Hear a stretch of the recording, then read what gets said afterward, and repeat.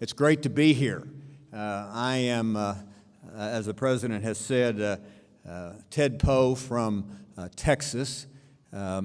We are here for the NATO Parliamentary Assembly meeting, and I'm one of the delegates from the United States. I am from Houston, Texas, and we consider ourselves to be the energy capital of the world because we are. And if I offend somebody that's here, well, I apologize now. I have been called a lot of things in my life, but I have never been called a diplomat. And my prior history before I went to Congress, I was a judge. I spent time in the Air Force and grew up in Houston and have watched and been a part of our growth primarily in the energy sector. And it is true that the relationship of the United States and Romania is very strong, not just in NATO, but in the bilateral relationship. And we want to continue to make it stronger. The energy, we talk about that a lot. Energy is not a static thing because the demand for energy, as the experts are going to say when I quit talking, is growing tremendously, especially in developing countries. The amount of energy that we're using now will increase up to 60% in the future. So there's a more demand for energy. My philosophy on energy, I'm for everything. Everything above the ground and everything below the ground. I'm for all of that. And in Texas, we, some would be shocked to know this, but we are the wind turbine capital of the United States. We produce enough wind, hot air in many respects, to provide electricity for about 650,000 homes. In West Texas, and you've all seen West Texas on those Western movies. It's barren. Well, there's a lot of wind in West Texas, and there's a lot of sun in West Texas. And so that's where we have our solar and we have our wind turbines. And we're spinning those turbines and getting that sun and producing energy.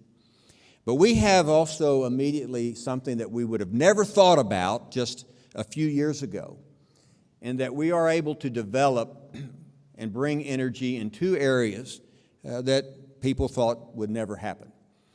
We develop what we call Texas sweet crude, light crude, and we are able to get it out of the ground in a very economical way. And we produce a lot of that. But we don't use that light crude in our refineries. We use heavy crude. There's a difference. And so we import heavy crude. But we have so much of light crude that we cannot use it all. At the same time, we are producing in Texas natural gas, and we produce a lot of it as well, too much of it. So in the energy sector, when it applies to those two types of energy, we have adopted what I call the Bluebell ice cream philosophy. Now, if you've never heard of Bluebell ice cream, it is the greatest ice cream in the world. It is produced in a little town called Brenham, Texas. And here is their philosophy. The philosophy is we eat all we can and we sell the rest.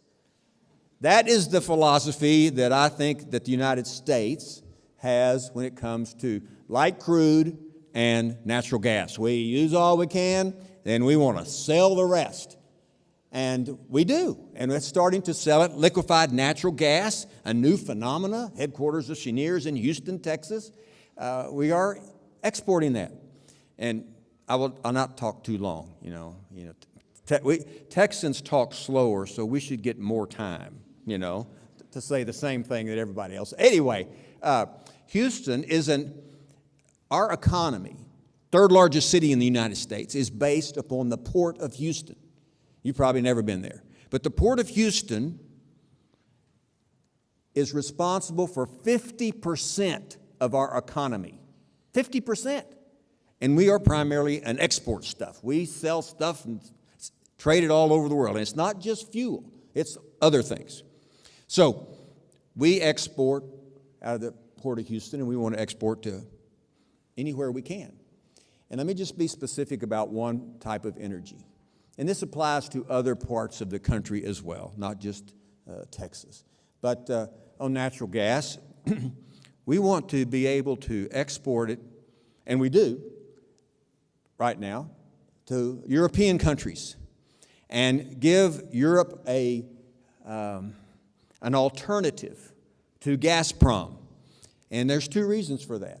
One, it's economically a good idea for both the United States and the Europeans because we can compete financially with Gazprom. But it's also a geopolitical issue. It thwarts, in my opinion, this is my opinion, it thwarts the power politically of Russia over Europe if there's a competitor when it comes to energy. And so that is what we're doing. And we are becoming the competitor and letting European countries decide who they want to do business with. But that's good for everybody if we can continue to do that. We produce a lot of energy. We use it, we want to sell it, and we want to trade with it, different countries. I believe that, and I'm a free trader. I believe in free trade. I'll just level with you. The countries that trade together are better political and economic partners. History proves that. It's not, don't take my word for it. History just proves it if you trade and you have ties that bind each other. So we want to be able to continue that. The United States energy policy is basically what I just told you. And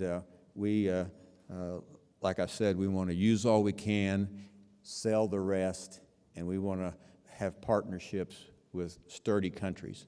And one last thing. If we can do that in the energy area, we can make the Middle East energy almost irrelevant, and also the Middle East politics and the turmoil. We can make it more irrelevant because we're not dependent upon the Middle East for energy. And like I said, I'm for everything, all of the above, all below, and we're changing our tax structure in the United States so that all energy is treated the same when it comes to taxes. And so we're doing I think some really good things. So come see us in Houston. I'll be glad to show you around, and we can have some barbecue at the end of the day. Thank you very much.